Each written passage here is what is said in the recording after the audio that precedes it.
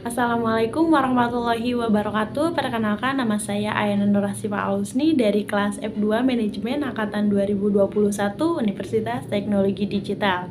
Pada video kali ini saya akan menjelaskan mengenai rasio keuangan perusahaan, di mana rasio keuangan perusahaan ini terbagi menjadi 4. Yang pertama rasio likuiditas, yang kedua rasio profitabilitas, yang ketiga rasio solvabilitas, dan yang keempat adalah rasio aktivitas. Rasio likuiditas adalah kemampuan perusahaan untuk membayar kewajiban-kewajibannya yang segera harus dipenuhi. Kewajiban yang harus dipenuhi adalah utang jangka pendek. Oleh karena itu, rasio ini bisa digunakan untuk mengukur tingkat kemampuan kreditor jangka pendek serta mengukur apakah operasi perusahaan tidak terganggu apabila kewajiban jangka pendek tersebut. Yang pertama ada current ratio. Current ratio adalah rasio yang membandingkan antara aktiva lancar yang dimiliki dengan hutang jangka pendek, di mana rumusnya adalah aktiva lancar dibagi hutang lancar dikali 100%. Yang kedua ada quick ratio. Quick ratio adalah rasio antara aktiva lancar sesudah dikurangi persediaan dengan hutang lancar. Rumusnya adalah aktiva lancar dikurangi persediaan dibagi hutang lancar dikali 100%. Nah, yang ketiga ada cash ratio, adalah rasio yang membandingkan antara kas dan aktiva lancar yang bisa segera menjadi uang kas dengan hutang lancar, di mana rumusnya adalah kas ditambah surat berharga dibagi hutang lancar dikali 100%.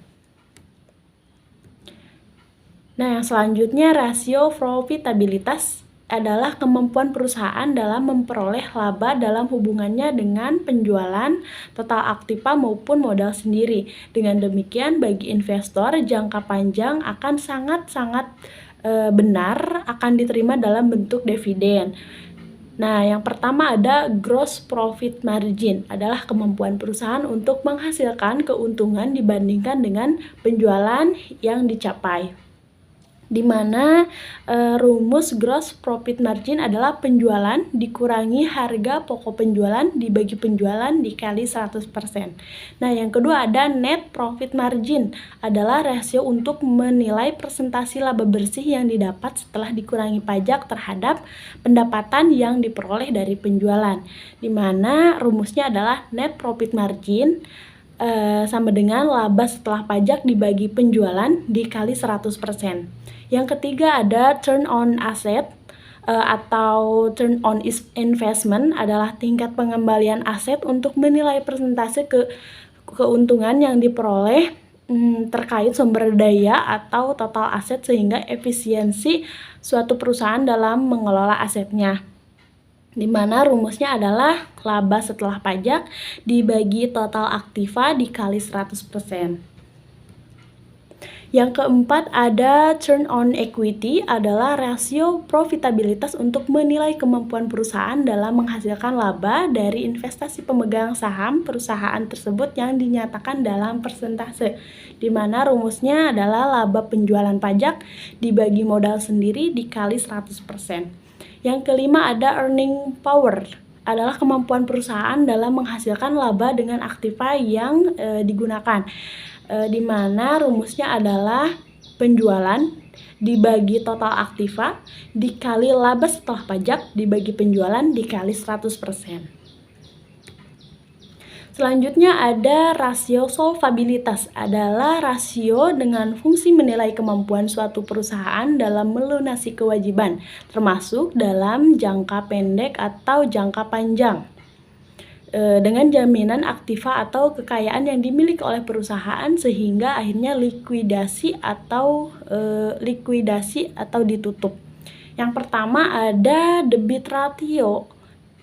Debit ratio adalah rasio yang menunjukkan untuk memenuhi seberapa besar modal yang dibutuhkan, termasuk jenis modal dan pengertian modal yang menjadi jaminan, di mana debit ratio ini mempunyai rumus total hutang dibagi total aktiva dikali 100%.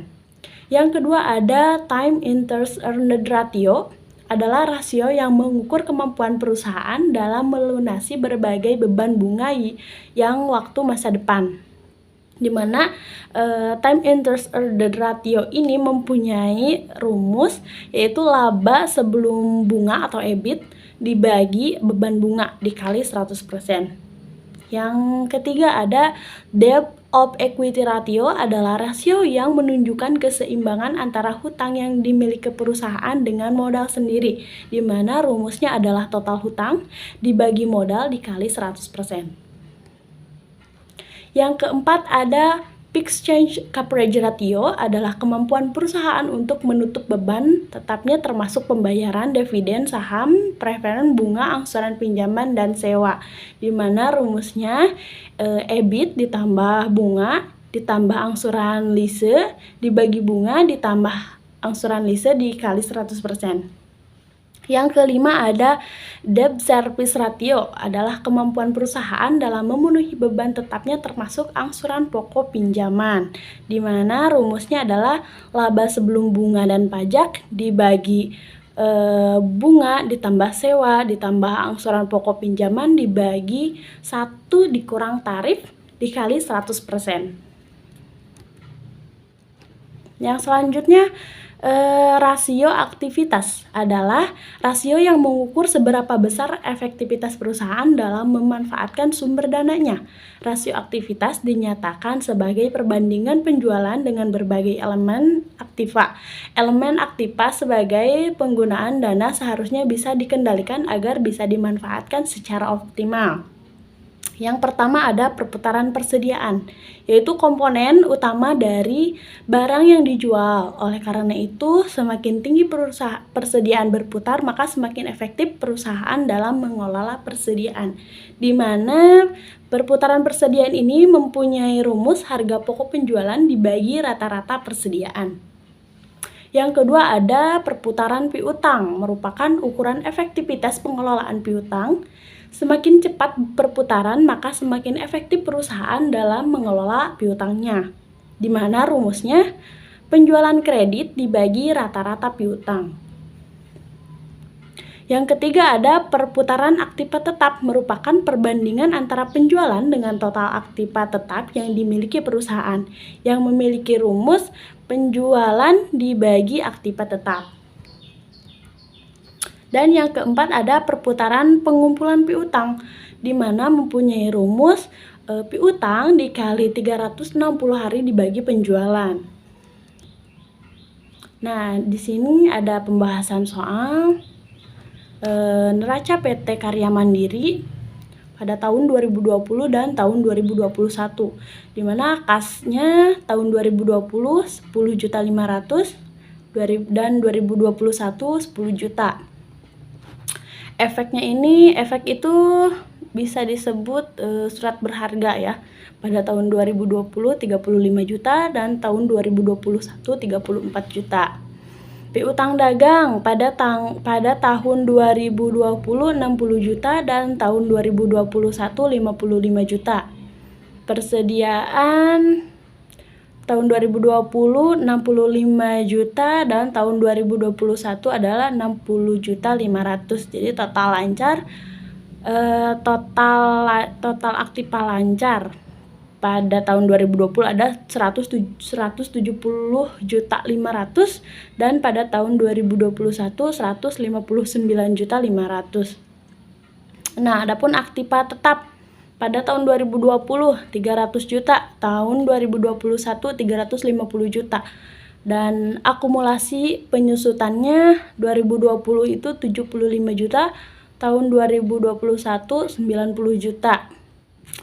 Sehingga aktiva tetap netonya adalah 225 juta pada tahun 2020 dan 260 juta pada tahun 2021. Setelah dijumlahkan, total aktiva pada tahun 2020 adalah 395.500.000 dan pada tahun 2021 419.500.000. Di mana PT Karya Mandiri ini mempunyai hutang dagang pada tahun 2020 mempunyai 20 juta, 2021 15 juta. Hutang Wesel pada tahun 2020 25 juta, tahun 2021 24 juta. Hutang bank pada tahun 2020 30 juta dan tahun 2021 26 juta. Sehingga total hutang lancarnya itu 75 juta pada tahun 2020 dan 65 juta pada tahun 2021. Adapun hutang jangka panjang pada tahun 2020 adalah 120 juta 500 dan pada tahun 2021 144 juta 500. Kemudian modal sendiri pada tahun 2020 itu 120 juta dan tahun 2021 juga sama 120 juta dan ada laba ditahan pada tahun 2020 ada 80 juta dan pada tahun 2021 90 juta.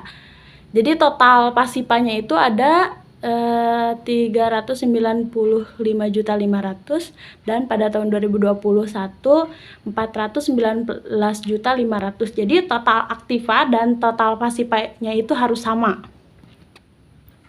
Baik, di sini ada laporan laba rugi PT Karya Mandiri di mana penjualannya itu 605 juta. Harga pokok penjualannya adalah 484 juta sehingga didapatkan laba kotornya adalah penjualan dikurangi harga pokok penjualan adalah 121 juta.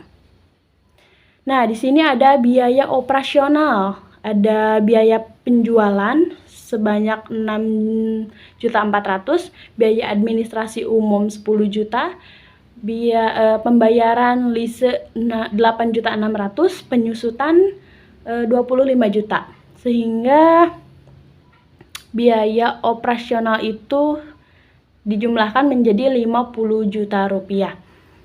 Nah, untuk mencari laba operasi atau EBIT ini adalah laba sebelum bunga, di mana laba kotor dikurangi biaya operasional, yaitu 121 juta dikurangi 50 juta, yaitu 71 juta. Nah, di sini bunganya 11 juta. Laba operasi 71 juta dikurangi bunga 11 juta. Sehingga laba sebelum pajak atau EBT adalah 60 juta. Nah, di sini ada pajak. Tarif pajaknya itu 10% atau 10 juta rupiah. Jadi laba setelah pajak atau EAT itu adalah 50 juta. Jadi laba setelah pajak itu adalah laba bersihnya sebesar 50 juta. Nah, di sini saya akan menjelaskan tentang keadaan perusahaan. Yang pertama dilihat dari likuiditas. Yang pertama ada current ratio atau aktiva lancar dibagi hutang lancar dikali 100%. Tadi aktiva lancarnya adalah 159.500.000 dibagi 65 juta dikali 100% adalah 2,4. Yang kedua ada quick ratio, yaitu aktiva lancar dikurangi persediaan dibagi hutang lancar dikali 100%. Atau aktiva lancarnya 159.500.000 dikurangi 60.500.000 dibagi 65 juta dikali 100% adalah 1,5. Nah, yang ketiga ada cash ratio, yaitu kas ditambah surat berharga atau tadi efek dibagi hutang lancar dikali 100%, dimana kasnya itu 10 juta ditambah surat berharganya 34 juta dibagi hutang lancar 65 juta dikali 100% adalah 67%. Berarti perusahaan sudah baik dalam operasionalnya karena cash ratio-nya ini adalah 67% atau 0,67, di mana angkanya di atas 0,5 dan di bawah angka 1. Berarti perusahaan tersebut sudah baik dalam melakukan operasional perusahaannya. Nah, yang kedua ada rasio profitabilitas. Yang pertama ada gross profit margin, di mana rumusnya penjualan dikurangi harga pokok penjualan dibagi penjualan dikali 100%. Nah, penjualannya tadi 605 juta dikurangi harga pokok penjualannya 484 juta dibagi penjualan 605 juta dikali 100% adalah 20% atau ya 20%. Dapat dikatakan bahwa perusahaan ini belum terlalu baik dalam pendapatannya, karena semakin tinggi gross profit margin berarti semakin baik perusahaan tersebut dalam melakukan menghasilkan profit atau laba gitu. Yang kedua ada net profit margin. Rumusnya laba setelah pajak dibagi penjualan dikali 100%, yaitu laba setelah pajaknya 50 juta dan penjualannya 605 juta dikali 100% adalah 8,26%. Yang ketiga ada turn on investment, di mana rumusnya laba setelah pajak dibagi total aktiva dikali 100%. Yaitu laba setelah pajaknya 50 juta, total aktivanya 419.500 dikali 100% adalah 11,9%. Yang keempat ada turn on equity, di mana rumusnya laba penjualan pajak dibagi modal sendiri dikali 100%. Laba penjualan pajaknya adalah 10 juta dibagi modalnya 120 juta dikali 100% adalah 8,3%. Yang kelima ada earning power, di mana rumusnya penjualan dibagi total aktiva dikali laba setelah pajak dibagi penjualan dikali 100%. Penjualannya 605 juta dibagi 419.500 dikali 50 juta dibagi 605 juta dikali 100%, yaitu 11,9%. Yang ketiga yaitu rasio solvabilitasnya. Yang pertama ada debit ratio, di mana rumusnya total hutang dibagi total aktiva dikali 100%. Yaitu total hutangnya 109.500 dibagi total aktivanya 419.500 dikali 100%, yaitu 26,1%. Yang kedua ada time interest earned ratio. Rumusnya laba sebelum bunga atau EBIT dibagi beban bunga, di mana laba sebelum bunganya adalah 71 juta dibagi beban bunga 10 juta rupiah dikali 100%, yaitu 71%. Yang ketiga ada debt of equity ratio, di mana rumusnya total hutang dibagi modal dikali 100%. Total hutangnya adalah 109.500 dibagi modalnya 120 juta. 120 juta dikali 100%, sama dengan 91,25%. Yang keempat ada fixed change coverage ratio. Rumusnya EBIT ditambah bunga ditambah angsuran lise ditambah bunga ditambah angsuran lise dikali 100%. Di mana EBIT-nya 71 juta ditambah bunganya 10 juta, angsuran lisenya 8.600.000 dibagi bunganya 10 juta ditambah angsuran lisenya 8.600.000 dikali 100%, 4,81%.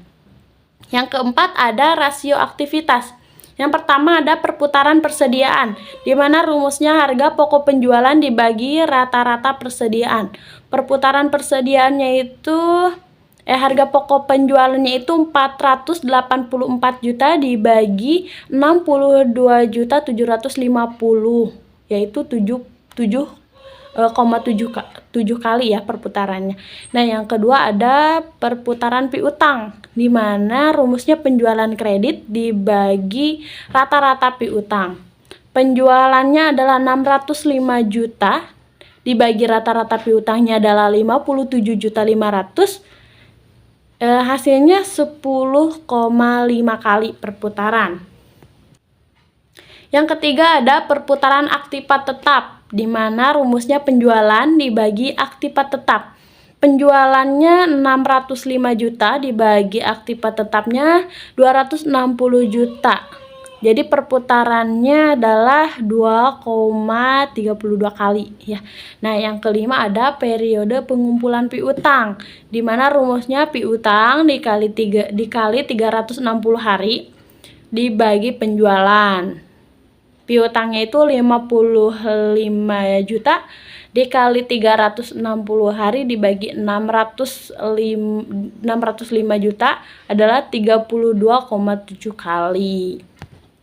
Mungkin itu yang saya jelaskan. Mohon maaf apabila ada kekurangan. Terima kasih. Wassalamualaikum warahmatullahi wabarakatuh.